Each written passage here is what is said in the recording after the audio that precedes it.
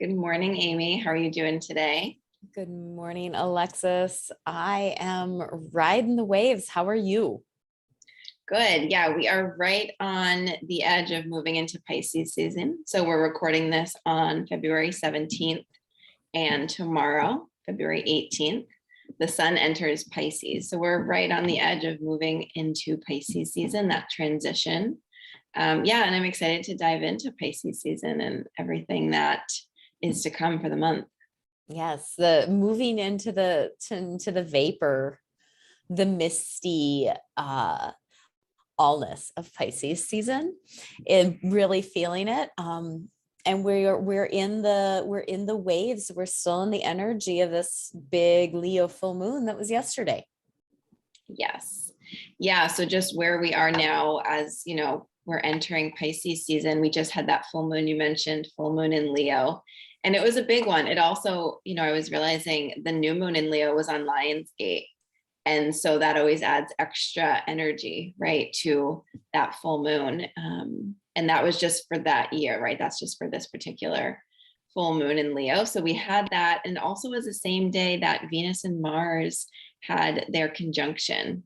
So there's more to come because they're going to have a third conjunction in March. But yeah, that's a lot of this energy that happened on February 16th with that full moon in Leo.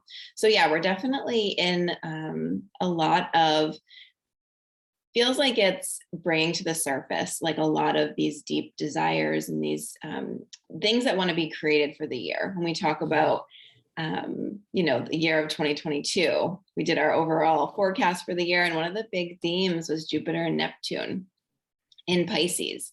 So I feel like we'll touch on that a lot because that happens on April 12th. But I feel like as we move into Pisces season, there's going to be highlights of that. And so all of the energy that we've been building up to this year is really helping us move towards this idea of what we really want, our dreams, and how we can live that out. And in the meantime, it's like all of the stuff that we need to release in order to get there. And I feel like that's a big piece of Pisces season. So Pisces is the last sign of the zodiac. And that means it comes with this ending, this letting go, this release as we get ready to move into Aries season, which is the beginning of the astrological new year, which is when things start to blossom and bloom and we can begin to move forward. It's like we have to still,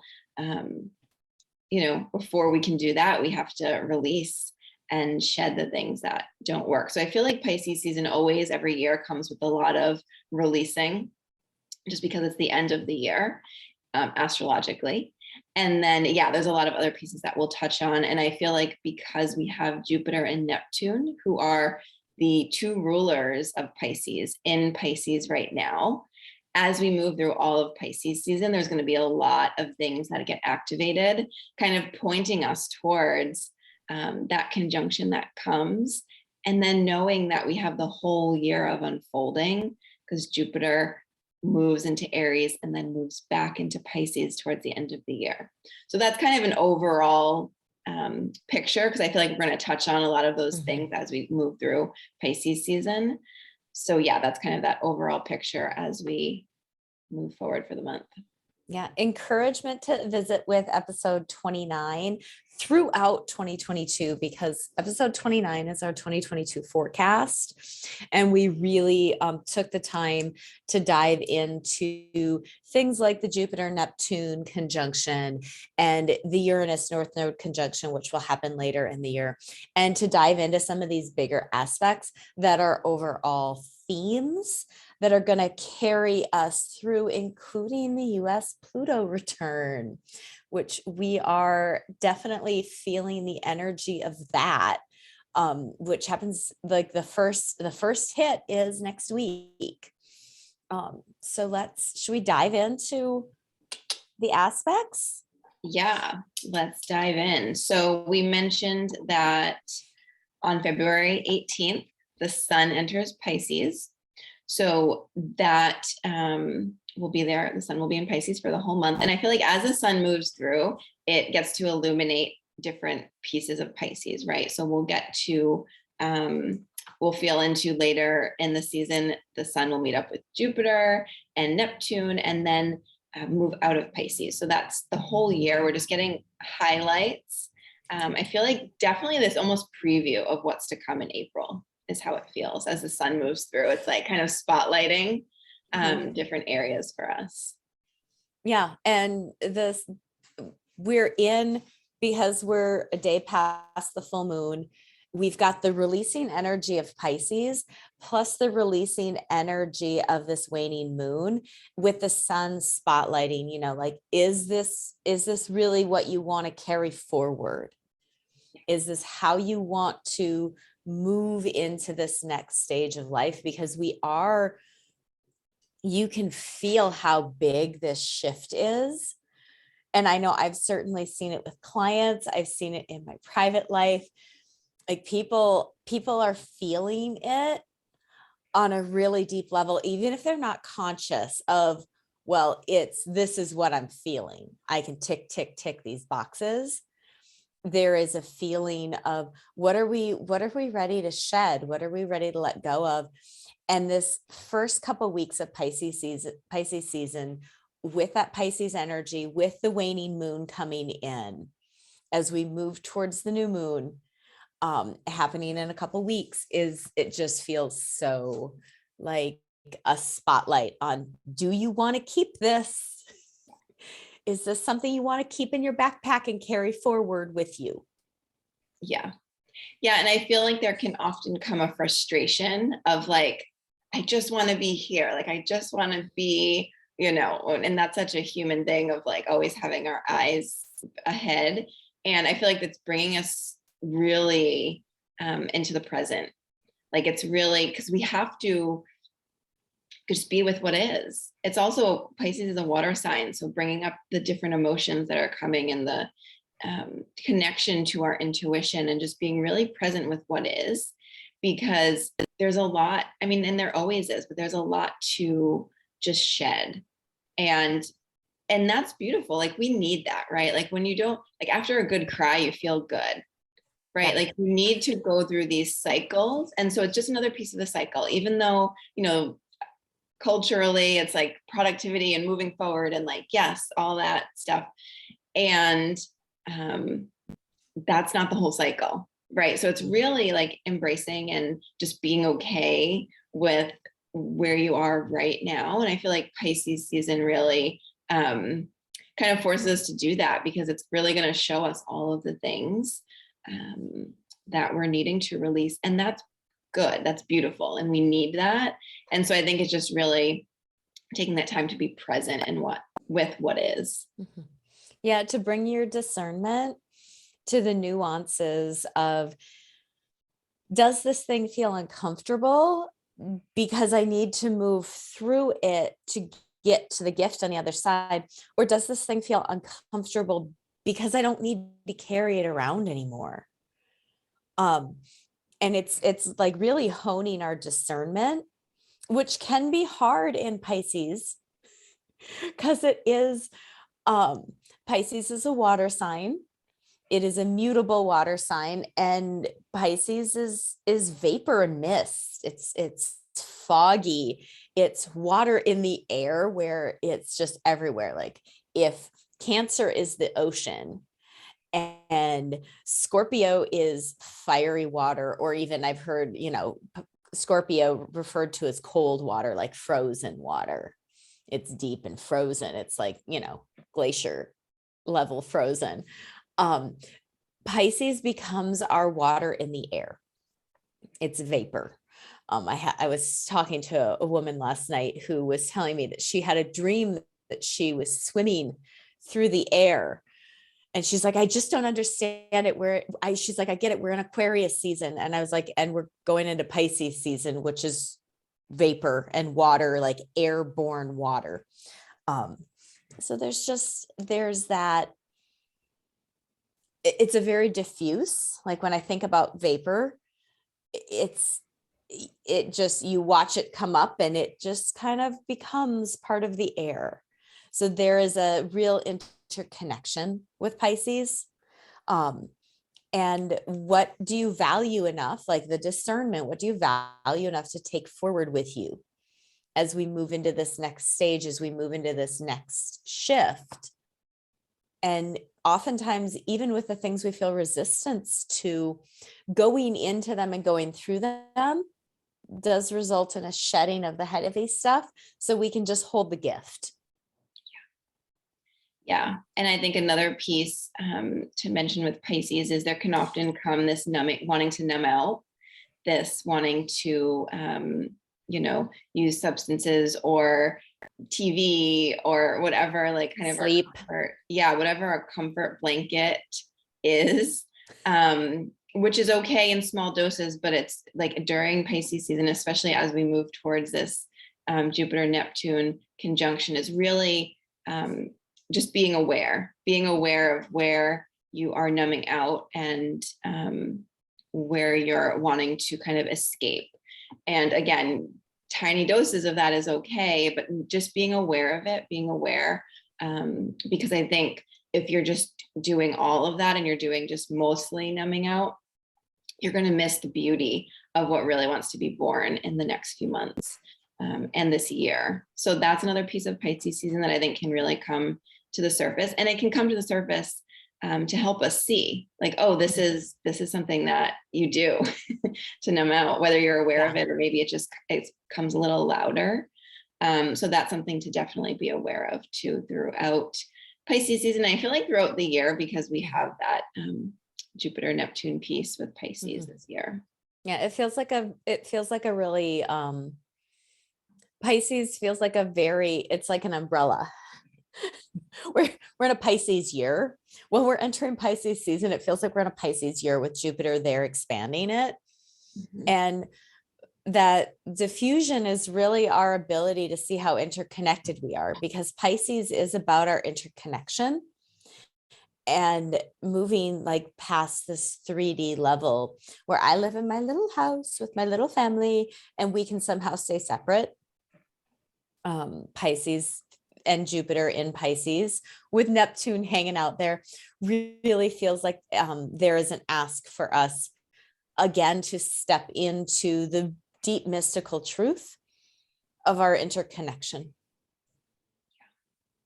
Yeah, and I feel like there's a call this year in particular, more than ever, to really step into a spiritual practice. Even if you are a deeply spiritual person and you have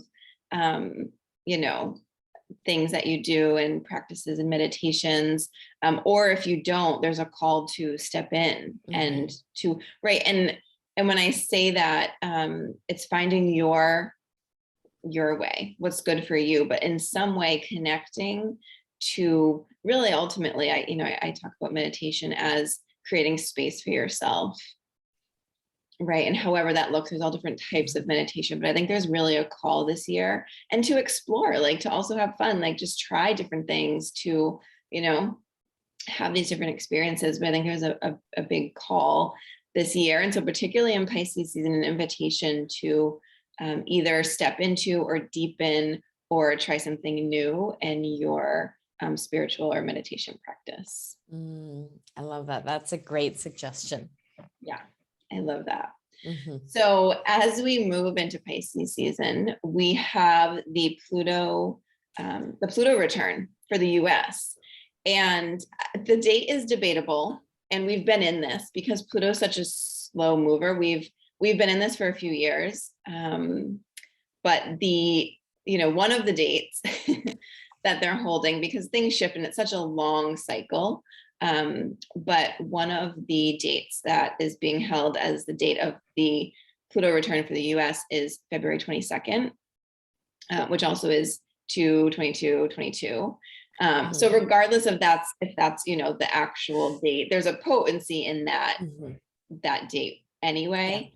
And knowing that because we're in the Pluto return anyway, yeah, if there's some like recognition of this in a particular chart is an exact point, that yes, there still holds that energy.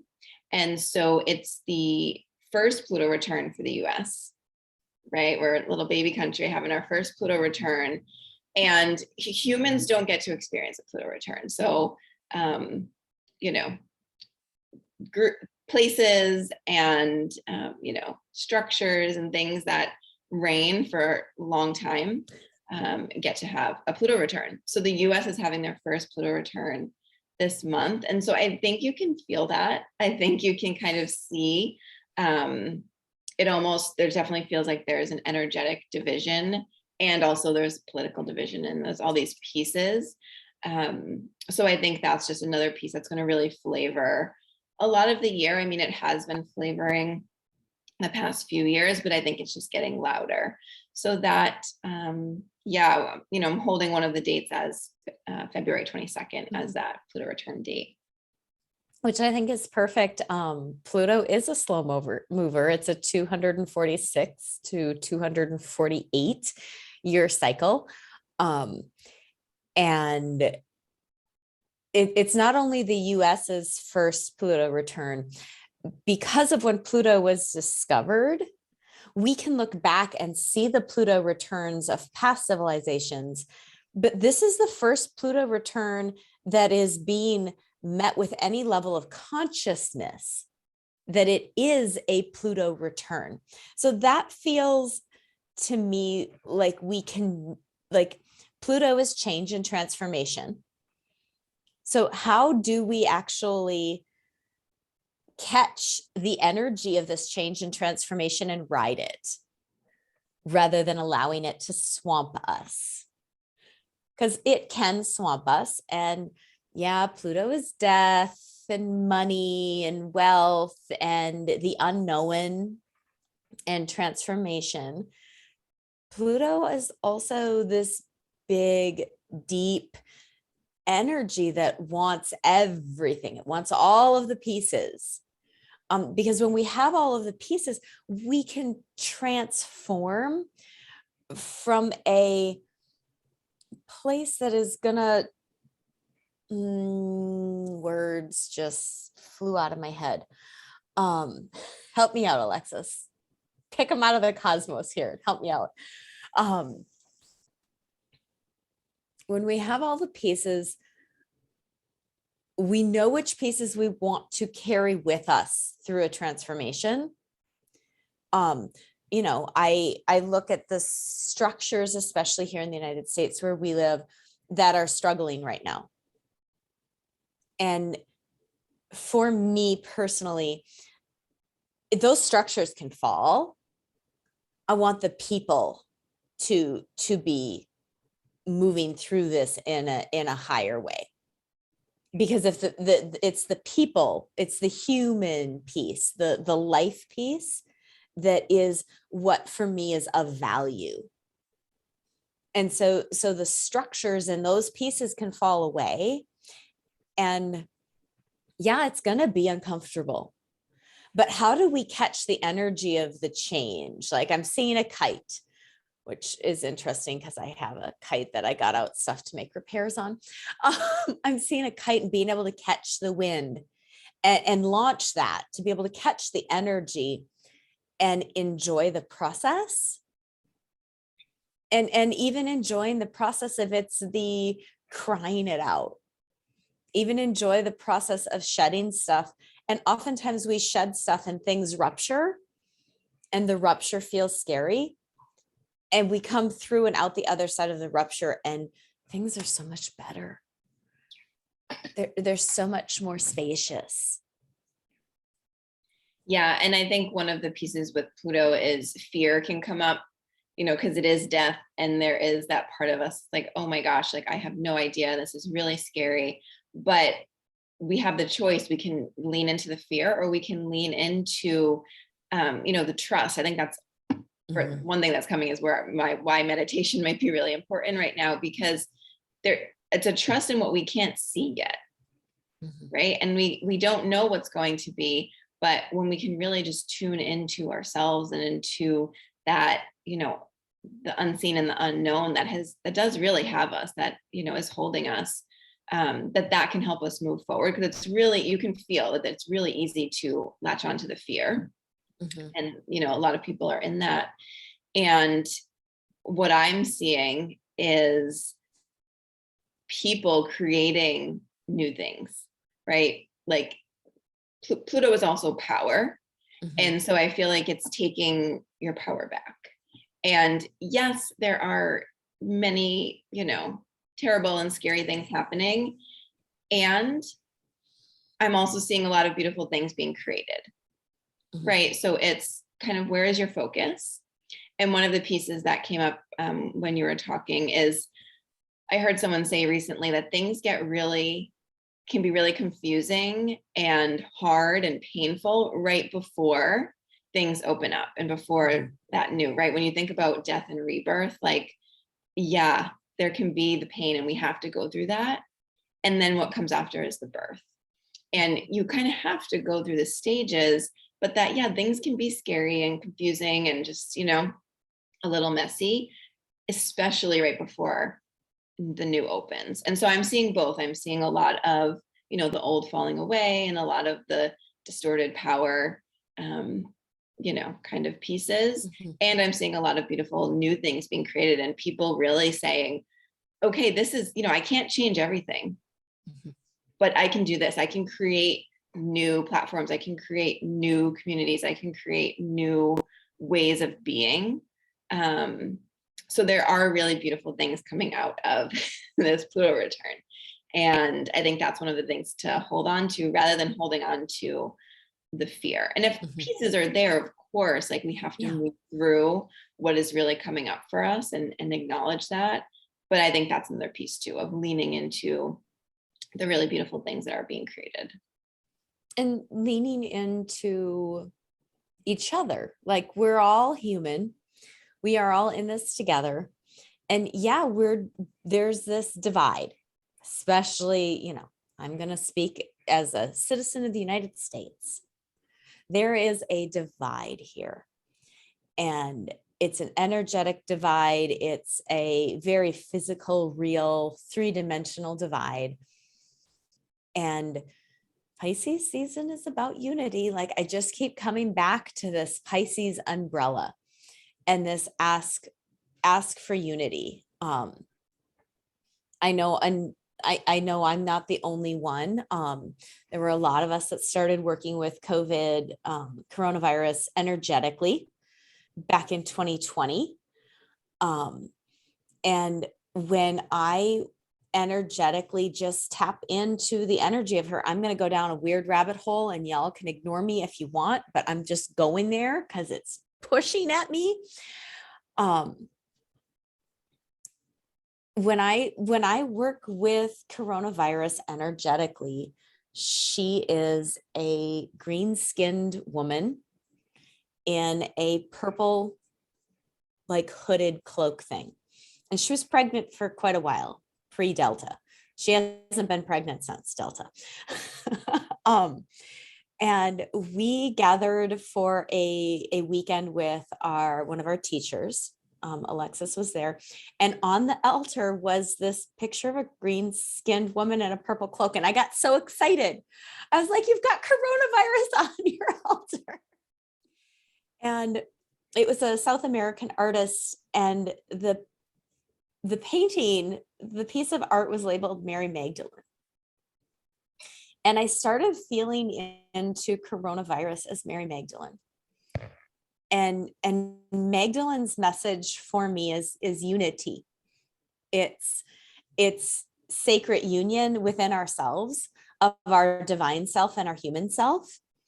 And it's recognition that we, like, unity, like we are all one, which Pisces season is the dissolution of self into the mystical oneness of everything. And of course, the shadow side of unity is division. If you need a good book, Mary Magdalene Revealed, Megan Watterson, we love you. And there's so many places in the past decade that we can pinpoint as this three-dimensional world, trying to remind us how interconnected we are, how one piece can move in this part of the world and it affects everything else. And I really, really believe, like in my bones, that we are being given lesson after lesson after lesson, trying to remind us of our cosmic unity, that we are all life. And we don't have to agree. I'm not saying that we have to conform, because unity and conformity are two different things. I'm seeing all of these examples of the 3D world coming through and being like, hey, could you all like start to recognize that what one person does affects so many? And if it affects so many, all of those people affect so many also. I think about all of the charts that came out at the beginning of the pandemic with one little person, and it would have a line to like 4 people, and those 4 people would have lines to 4 more people each, and how dense our ability to spread and how interconnected we are. And so like this whole rabbit hole for me is that all of these moments that we're being given in day-to-day life, of really tangible moments of here is how interconnected we are. We all breathe the same air. We all breathe the same goddamn air. This is a connection point rather than a division point. And I just feel like I've got my fingers crossed. My hope springs eternal self is like in 2022, we're going to get it. We're going to like the mystical truth. And yeah, that's going to it's not maybe, it is going to rupture some lives, because I know that there are a lot of people who have this like independent American spirit, and I'm an island and I don't need anybody else. Like, piss off. Piss off. Everybody, we all need, we are interconnected. There is nobody I know who is completely and totally self-sufficient, who can't get by without the internet and cell phones and outside entertainment, buying seeds. Like for people who want to pretend they're off the grid, you still have to buy seeds. You know, you're buying stuff. We're not as separate as we want to pretend we are. And I just want to I want everybody to really lean into Pisces season. Lean into the fog, lean into the mist, lean into community and connection. And this plugging in that can happen, which could potentially carry us through this Pluto return, which is going to affect everyone. It may be the United States Pluto return, and that's going to ripple out and plug into the whole world. Tangent done. Bring us back to the Pluto return.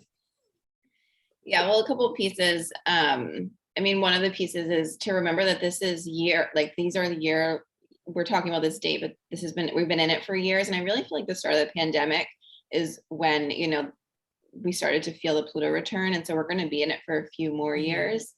And what I come back to is, we're all playing a part and a role in this evolution as a whole. We come back to that like wholeness, unity, and we need all the players, so you can be like against this or against that, or, but we actually need all the players. And so it's really coming back to self, to taking your power back. I feel like is a big piece of Pluto, is standing in your own power and not falling into that victim of all of these powerful forces outside of me are, creating all of these things that are out of my control.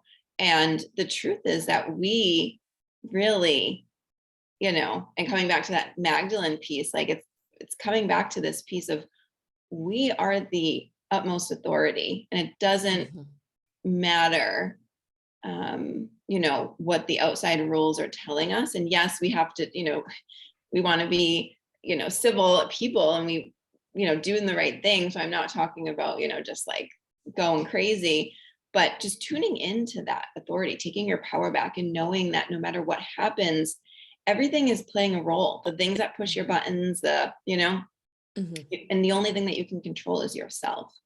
And so, yeah, it definitely feels like there's this power piece of where are you placing the power? Like, where do you see the power being? And it's bringing it back to yourself of you always have the power. And I think that's really what it is. Like, if you can surround yourself with like-minded people, and you can surround yourself with, people who support your vision, and also being aware of what's happening and not shutting out. I listened to, I think it was Van Jones spoke with this about how he follows everybody. Like he doesn't follow just people who have the same political beliefs as him and the same, beliefs and all of these things.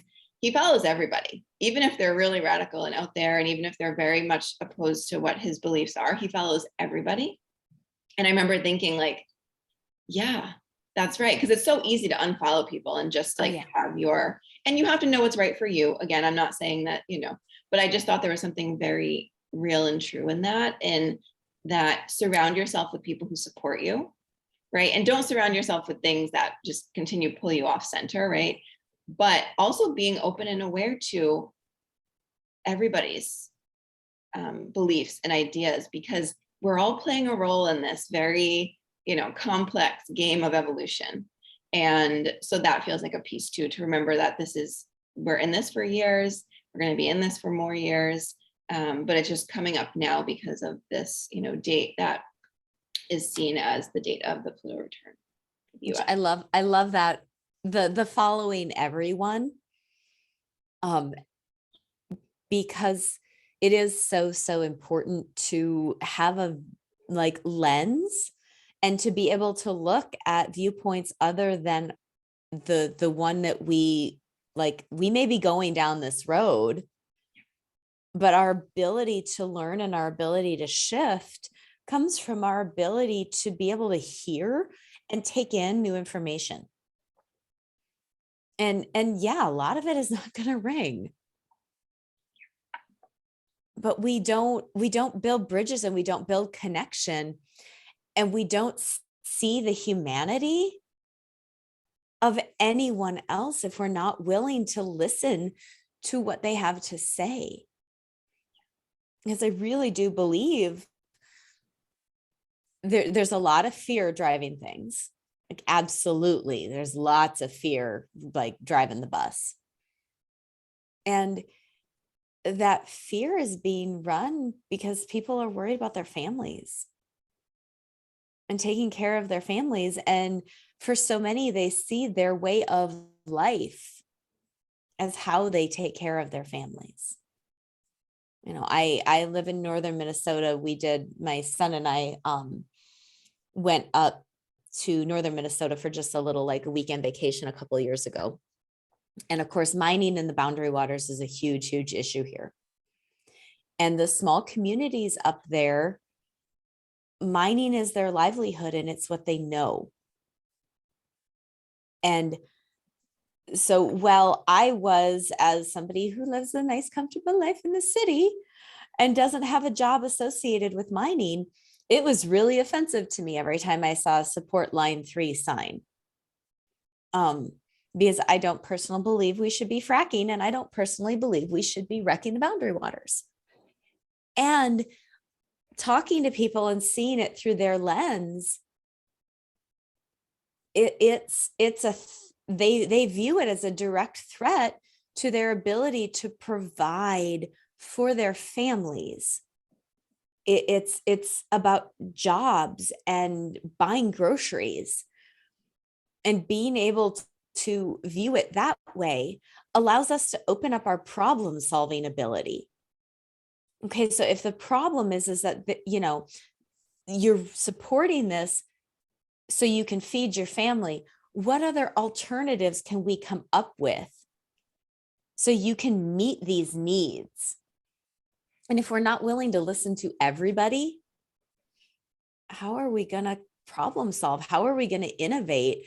How are we going to come up with something new? Because we are living right now in a world that someone else imagined, which means we can imagine something completely new. Yeah, it takes everybody. And so I think that's, that's a piece to just realize. And I think there will be a lot more unfolding with Pluto as we move through the next few years. So, right, like we're in it, we can't not be in it. So I feel like, we could go on forever on this, but then, to bring us back into the kind of, what comes next in February, as we close out February, we have Venus and Mars aspecting Neptune first, and then the North Node. So on February 23rd, 24th, Mars and Venus will aspect Neptune. So it feels like there's this, they're in the middle of the start of their cycle, Venus and Mars. And Neptune is the big player for 2022, bringing our dreams into being. And so it's kind of the combination when you feel into the three of them. We'll start with that one of Mars, Venus, and Neptune. It's this creation of like seeing the different pieces of what it takes, what we need to see about ourselves, what our deep desires are, so that we can create what we want.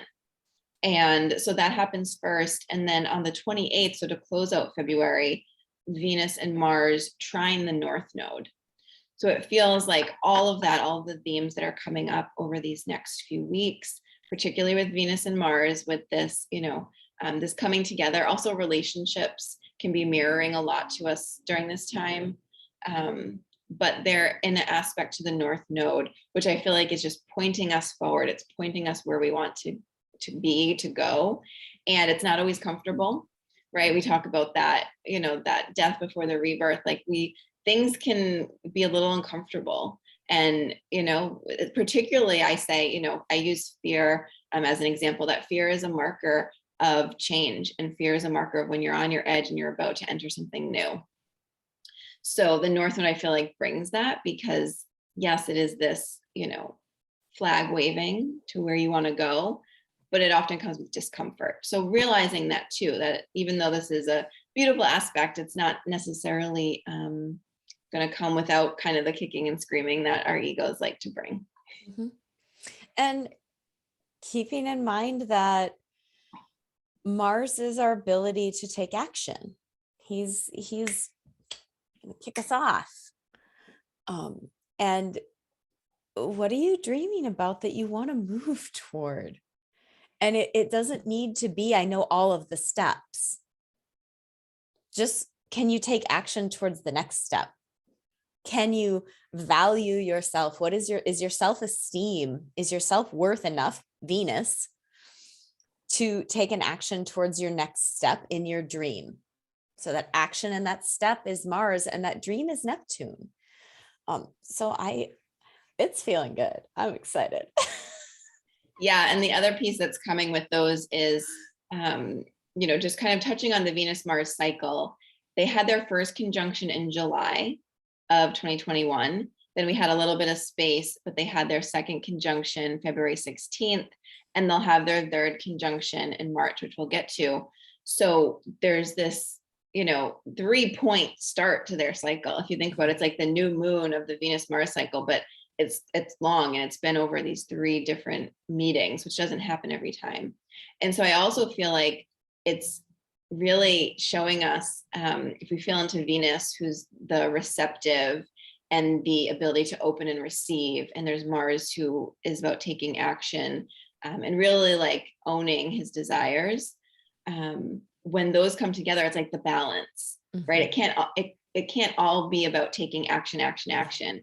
There also has to be that ability within us to see where are my blocks, where are my resistance to open and to receive what I really want.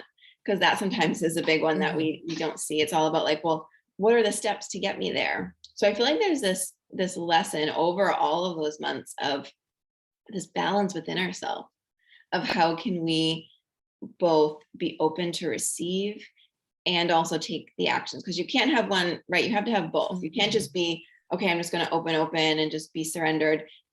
it requires that we do things and we take action, right? And so it's that balance. And so I feel like this is going to definitely be highlighted over those few days, especially the end of February, with Neptune, and then with that North Node piece as we close out February, that it's that balance between the two, that energy of that Mars and Venus bring. Yeah. And knowing that like this is an earth trine. So it is about really being embodied with it. You know, Taurus is the body, which is, you know, where the North Node is. Can you bring it in to feel it in your body?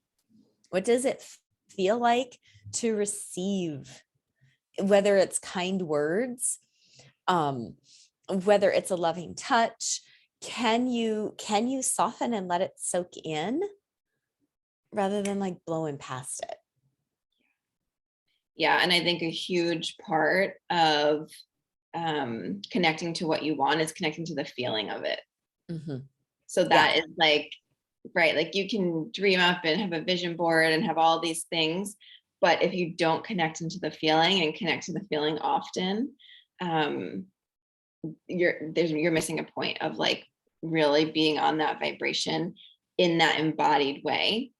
Is just so powerful and such a big piece of it. So yeah, that embodied feeling part is very important. I feel like that's the message. This North Node, I mean, the North Node is going to be in Taurus for the next year and a half, and yeah, that message is going to keep coming. So I think with this period that we're in right now, this creation, this moving towards our deep desires and our dreams, that yes, that piece is another big piece of being able to actually feel it and tune into that feeling is a big part of it. I'm gonna resurrect. I don't remember when you put the question forward, but just resurrect for the next 18 months. How do I want my life to feel? Like I remember that was a question, and I may have been over, summer 2021 summer that you had brought this in the first time. And it was just such a beautiful question. How do I want my life to feel? Because that is like, that's embodying it. Yeah.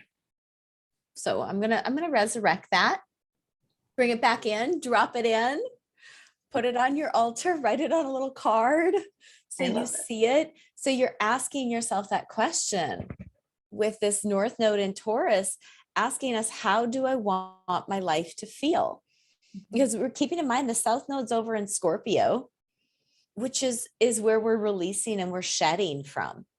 I've heard a number of people be like, maybe right now the best thing you can do is a real nice deep clean and get rid of stuff. To just like start releasing your stuff, to keep in mind that everything we own has an energetic signature. And, I've been a person, I'm really good at getting rid of stuff. And I have 3 questions. Is it useful? Is it beautiful? And this was far before Marie Kondo. I've been doing this since the 1980s. And how does it make me feel? Like, it may be a completely beautiful thing. And if I have an association that it came from so-and-so and there's all this hurt energy around it, it has to go. It doesn't matter if it's beautiful, because the energy attached to it is a heavy energy. That, do I really need to carry that forward? Do I need to carry that hurt forward by keeping this thing? And I do the same thing. Like, is it useful? Well, yeah, it's useful, but it's got this memory attached to it. Can I clear the memory from it? Honestly, no, I'm not going to, because every time I pick it up, that's what flashes in. Goodbye. And, revisit episode 30, shop your values. We've got a lot of good ideas for recycling and sending the stuff in your life away. Because that's a part of this embodied, how do I want my life to feel? I like to live relatively simply because I don't want my life to feel like I'm taking care of my stuff constantly. I don't want to do that. I don't want to take care of my stuff constantly. I want to connect with my humans. I want to, work out with my kid in the morning to complete and total ridiculousness. Those are the things. That's how I want my life to feel. I want my life to be full of laughter and ease and spaciousness. And I want to be able to say, like, I never imagined my life would be like this. Because we can ask for it to be better than we've ever imagined. We can have our imagining and we can have how we want it to feel. And like, for me, I want it to feel spacious and ease filled and light and full of laughter and love. And I don't know exactly how that's going to work, but I do know that feeling those things, embodying that, how do I want my life to feel, creates more of it. Yeah. So, and that I think is a beautiful question to bring into the new moon that we have. So on March 2nd, we have a new moon in Pisces. So really opening, I feel like it's really opening this window of this Pisces theme that we've talked about. It's big for 2022, and it's conjunct Jupiter. So we bring in the expansion that Jupiter wants to bring to our lives. And new moons often are, we can't see everything, but it's kind of, I think that's why that question is probably such a beautiful one, because we can still set intentions around what we do know and what we do want to feel. And Jupiter is going to bring expansion to whatever seeds we plant. He is going to bring expansion. And it's also aspecting Uranus, who brings in change, who brings in revolution, who really just brings into me this like electric activation. So to have a new moon in Pisces right on top of Jupiter and aspecting Uranus feels really powerful. It feels like it really opens this window towards that Jupiter-Neptune conjunction that we have on April 12th. So yeah, so again, that's March 2nd. And then also that day, we have Mercury conjunct Saturn. So different flavor here, but I think they're both in Aquarius. I think this is going to bring an important aspect of like the reality and the tangible real pieces that we need to see, the different perspectives we need to have. Aquarius is an air sign. It's about thinking outside the box. And Mercury kind of holds a megaphone up to Saturn, who is really about bringing things in. He's a carpenter. He's like, we're going to build this. Like, okay, yes, you want this dream. And yes, you want to plant these seeds. Well, you also have to do the work to get there. And so I think that's going to be really illuminated. I feel like this new moon is going to be a beautiful time for deep listening, because with Mercury and Saturn there's going to be some messages that we really need to hear. Now, Saturn has been in Aquarius for a little over a year and a year and a half maybe. And so I feel like there's just messages of like that long haul. He's there for about 3 years total. And so I feel like, we're kind of at that midpoint where Saturn has been, we have been doing the work, right? Like we have been doing the work towards the things that we want in our life, right? Even we look at this April date, it's not like things just fall out of the sky, right? It's like, what have we been moving towards? What have we been working towards? And so I feel like this new moon date is a really beautiful time to listen, because there's going to be these messages, especially Aquarius is an air sign, of what are the messages that we need to hear so that we can move forward, so that Jupiter and Uranus can expand and bring this activation of all the things that we really want. And so I feel like this new moon is very deeply connected to that Jupiter Neptune conjunction in April. I feel like there's just this like Pisces door opening for us on that date. And keeping in mind, like with Saturn being in Aquarius, he can be asking us to be working on and building toward new thought forms. Because thought forms come in and build in the tangible. So Mercury may be bringing in, these are the things you need to work on, messages from Saturn in a, how do you think? What are your thought forms? Because your thought forms are what are creating your reality. And we're all subject to the realities that we're creating in our heads. Yes. And very closely. So like they'll basically be there at the same time as the new moon, but the next day they hit exact. is Mars and Venus conjunct Pluto. So Venus and Mars have been moving very closely together. You can kind of feel when we talk about things, we're like Venus and Mars aspecting this because they're leading up to their next conjunction. So they're traveling very close together as they're hanging out. Yeah, as they move out of Capricorn, they're going to move into Aquarius together. So March 3rd, Venus and Mars form a conjunction with Pluto. Now, this is the third conjunction that Venus has had with Pluto. So I'll come back to that in a minute. Yeah, so it's big. It's a closing out. And when we mentioned Pluto as being death and transformation. It's really potent. It's really like this, feels like a door closing on the things that we just need to step away from in order to move forward, right? There's this big like transition point, especially because Venus and Mars are going to be moving out of Capricorn. It's like this last push through Capricorn before they enter Aquarius to have that meeting where then they really begin their cycle. They really begin their cycle of creation together. And so the dates of the Venus and Pluto conjunction, we first had Venus conjunct Pluto on December 11th. And her and Pluto it flavored her retrograde. So she went retrograde in December. So December 11th, she was moving forward, hit Pluto. Then she retrogrades. So she hit Pluto again, moving backwards on December 25th. So that was the first and second time that she met up with Pluto. And so you can take a look back at those dates, what was kind of going on. But she hit Pluto direct the first time, then retrograde, there was kind of this revisiting. Now we get this third and final piece before she can really move forward. And I feel like there's this clearing of her retrograde time too, right? All the things that came back could be in things that came up in relationship. It could be things that came up around self-worth. Like just reflect on your Venus retrograde journey, those 40 days, because this Venus conjunct Pluto third conjunction also happens with Mars. Like she has Mars with her. She didn't have Mars with her the first two times. So it feels like there's this really potent power of moving away from what doesn't serve anymore. And it could be relationships, it could be things, people, but it also could be, our patterns and the things that we internally do to ourselves. So that feels like, around that new moon time, that's happening as well, that we have this Mars, Venus, Pluto meetup.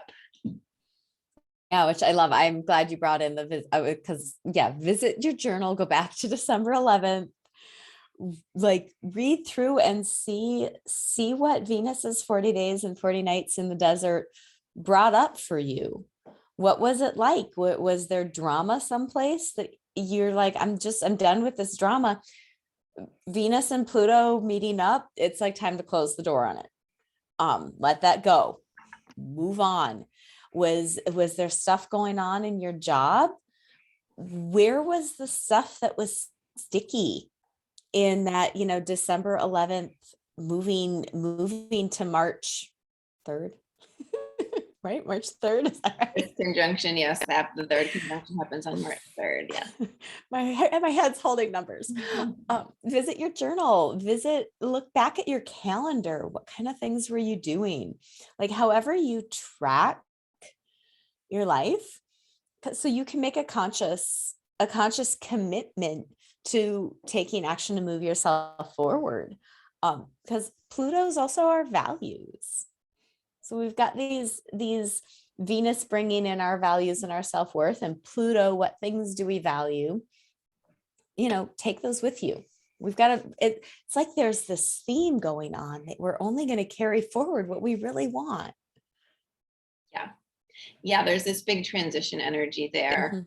And then on March 5th, we have the Sun conjunct Jupiter, which feels like the sun coming out after the dark moon, right? We have that new moon, that dark moon, and we have Pluto and Mars and Venus so much a part of this. And then we have the Sun conjunct Jupiter, which feels like it brings this opening, this expansion, kind of that light at the end of the tunnel.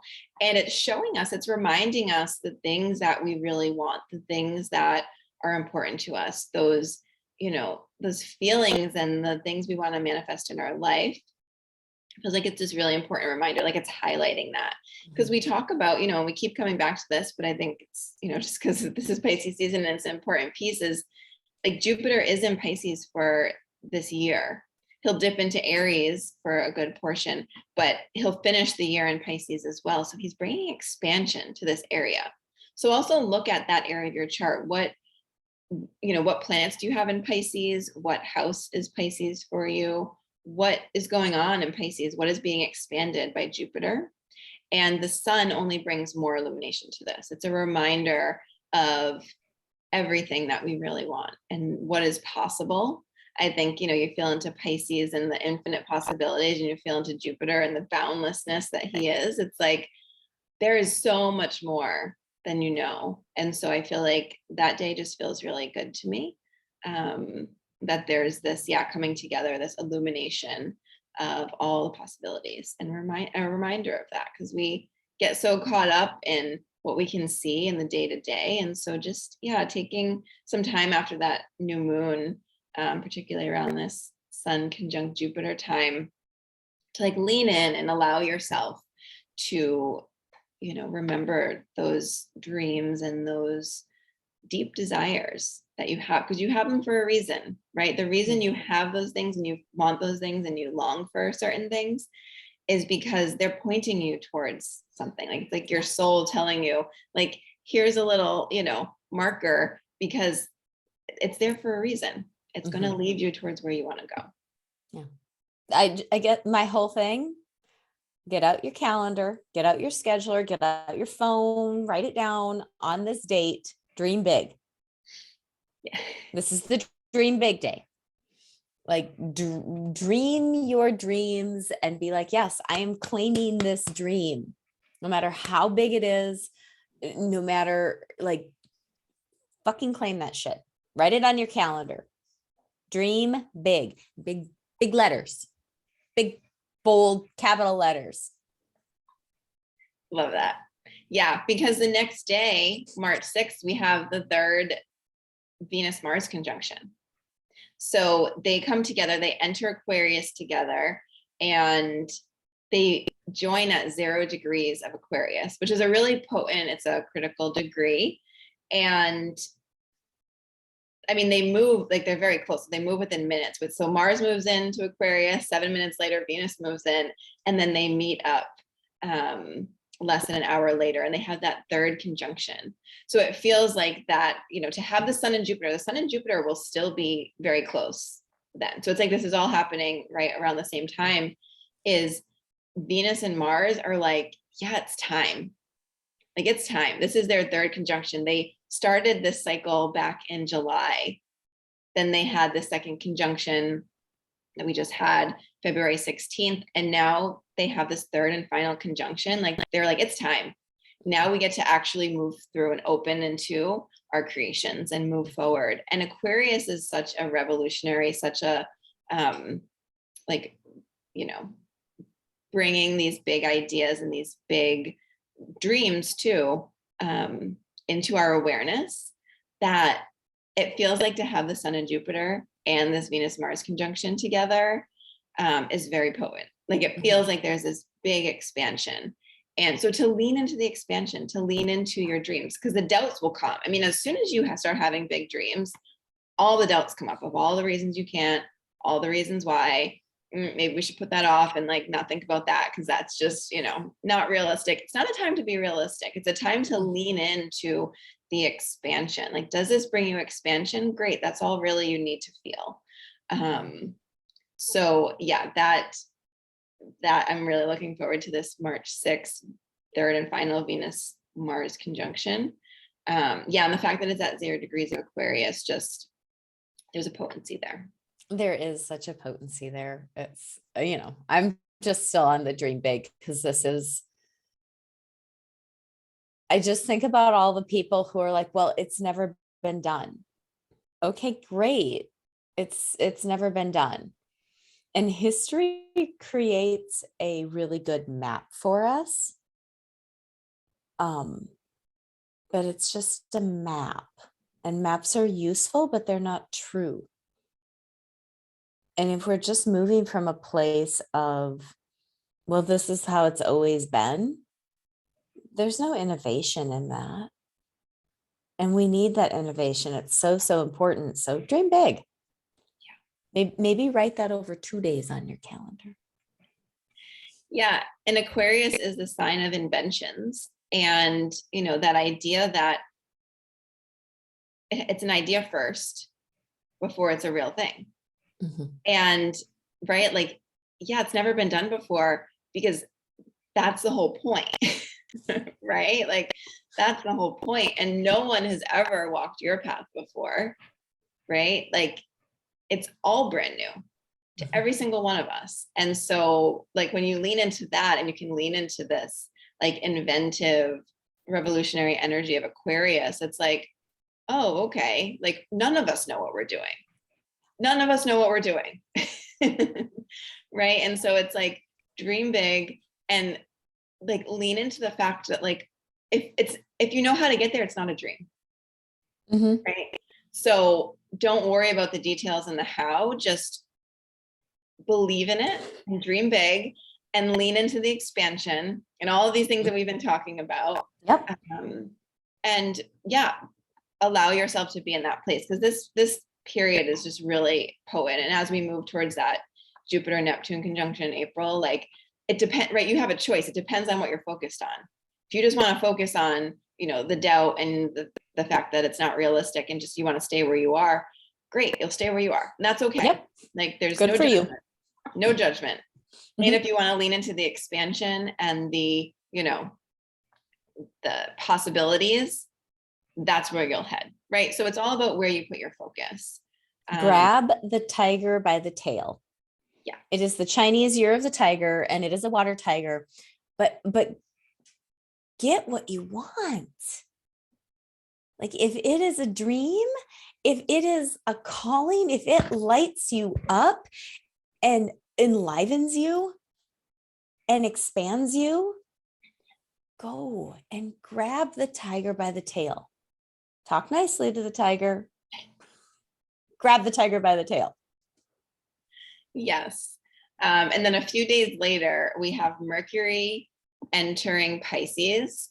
So Mercury now brings his big megaphone, following the path of the sun and bringing in all of the messages, all of the things we need to hear, and also highlighting, some of those doubts and those things, because those are things to clear, right? Everything comes up just so we can see it. So all of the things that are holding you back from not believing in your dream, those will get highlighted. But Mercury will also highlight and, kind of swing through the messages of Pisces. And these are pieces to help you get there, right? And we have to have that space to listen again, which is why I think the connecting to that meditation or that space you create to listen is so important. But yeah, we get Mercury entering Pisces on March 9th. Yay.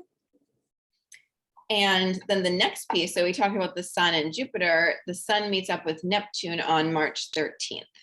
So those are the two rulers of Neptune in their home sign, and the sun coming by illuminating. First was Jupiter on March 5th, and then March 13th, the sun conjunct Neptune, right? So I feel like it's just more of this message on dreaming big. It's more of this message on illuminating the possibilities.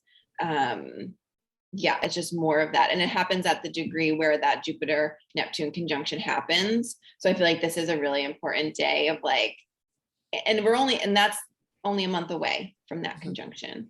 So we're really moving towards it, right? And as we move towards it, again, all of those things we need to release, all of the doubts, all of the uncomfortable like pieces will show up as well. So knowing that, but yeah, it's just more of that highlighting of the things we need to see so that we can get where we want to go. Absolutely. It's beautiful. And so it seems like you're just going to put a repeating event in your calendar about dreaming big between March 6th and March 14th. As the sun is, and it also, the thing I'm seeing is that the sun is creating this bridge between Jupiter and Neptune. And it's this connection point. It's a bridge that we can walk if we choose to. We don't have to, like Alexis said, like you can stay right where you are and there's zero judgment, and that's okay. Or you can grab the tiger by the tail and you can dream big, and you can say, this is what I want. I'm a person who gets everything I want, like my deepest desires. And I'm going to do that. I'm going to grab it, and I'm going to live it, and I'm going to embody it, and I'm going to feel it.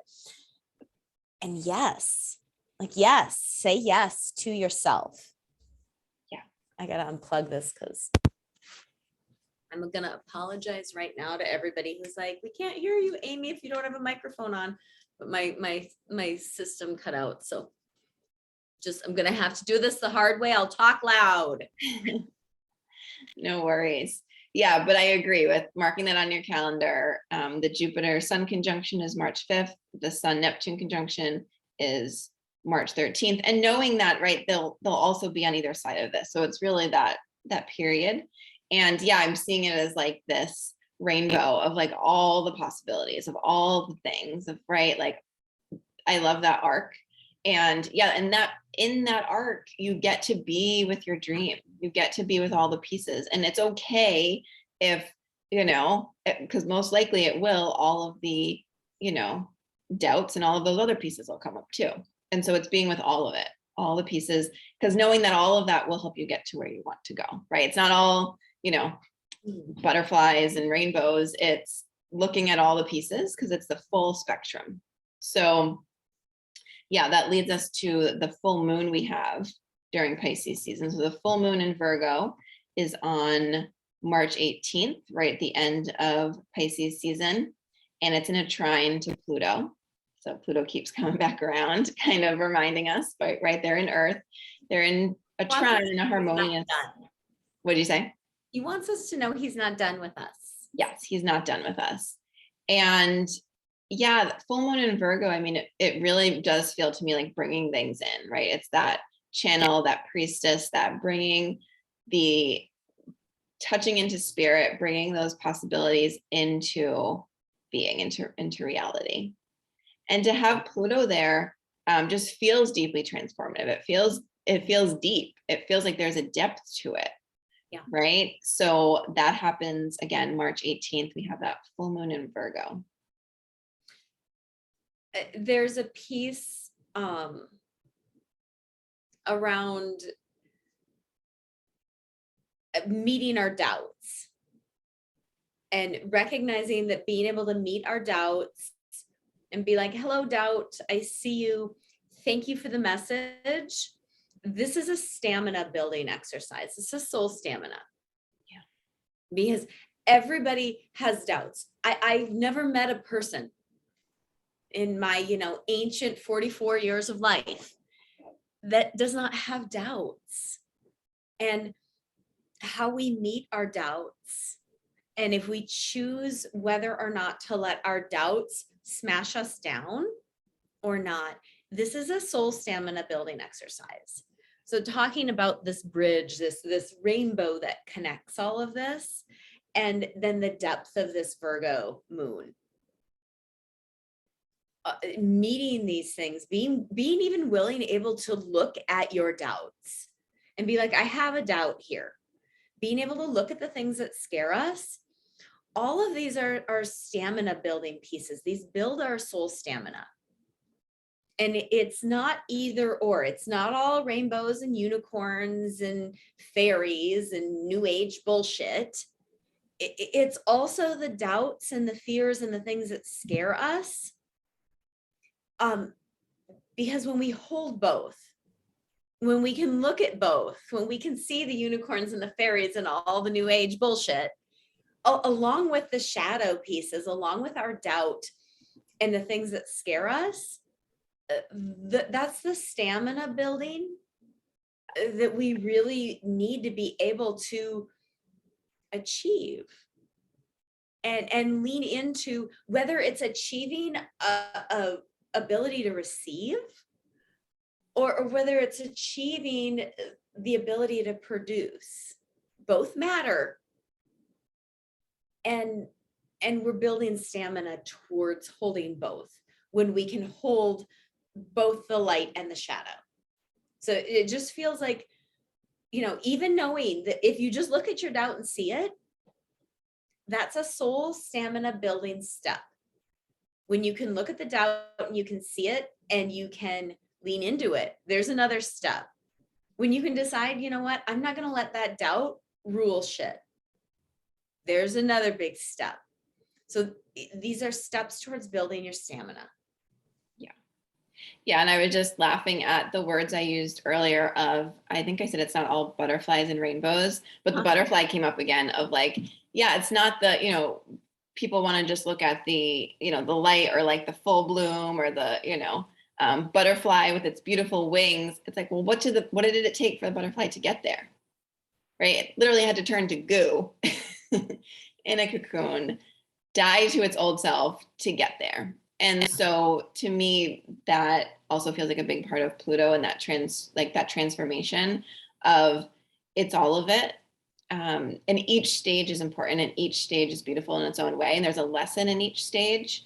And even the rainbow, like it's a full spectrum of all the things, right? It's full spectrum of all the emotions, of all of it. And that's really what Pluto, I think, you know, emphasizes is it takes all of it. It takes all of our emotions, the good, the bad, and otherwise, to bring us through the transformation. So yeah, that was kind of coming. And again, that full moon, you know, full moons bring illumination. They bring kind of insight and understanding. So looking back to that new moon that we had in Pisces, the beginning of the month, to the full moon in Virgo on March 18th, there's that journey of like, especially because we're holding this dreaming big, we're holding these, you know, illuminations of Jupiter and Neptune. It's like, well, then we get this full moon. So now, where are we? Now, how do we see? Now what has come into our life? You know, especially just in that short period of time, I feel like it's a very potent little portal from that new moon to full moon in Virgo, and holding all of that has come up in between, right? When we fell into that bridge, that Jupiter and Neptune kind of arc of holding our dreams, like that new moon to full moon period feels very transformative in itself. Yeah, the question that came up when you were talking about like wanting all of it, that like just an invitation for everyone to sit with, do you want all of yourself?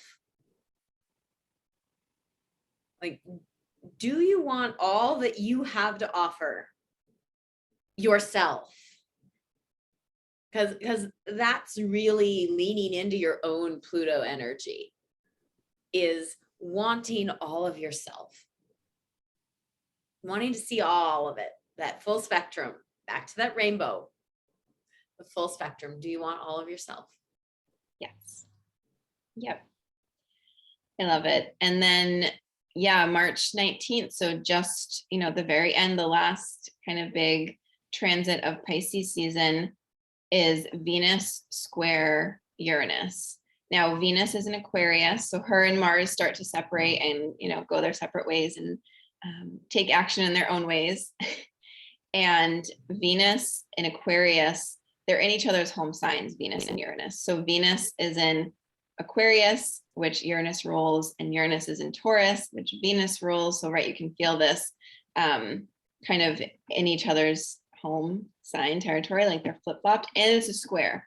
So it feels like there is this kind of challenge point of, I mean, what's really coming up really loud is the ability for Venus to open and receive, and the kind of poking at that, like how can that be even bigger? I feel like Uranus brings this kind of like up leveling. So how can you up level in your ability to open and receive? And yeah, it just feels like a very activating day. Again, dropping in all the pieces and the things that we need to listen and hear for in order for us to, you know, keep going, to keep evolving, to keep moving towards our dreams. But yeah, and I think it's interesting that they're in each other's home signs as well. That's super, super interesting and fun because it's our little equinox energy. You know, this shift into Aries season that happens at the end of Pisces season is spring equinox here in the northern hemisphere, fall equinox in the southern hemisphere. For anybody who really wants to lean into that, I've got a half-day workshop and a fire walk on March 18th in the Venus square Uranus energy. What are you willing to receive? And keeping in mind that because they're in each other's home signs, to some extent, they're answering to each other. Mm. You know, Uranus is saying, well, Venus, what do you want? Because I'm in your home. And Venus is saying, well, Uranus, what do you want? Because I'm in your house. But they're in this kind of contentious aspect of a square. So it's interesting. It's interesting energy for there to be like, who answers to whom? And we're at each other's houses, but it's gonna be a little.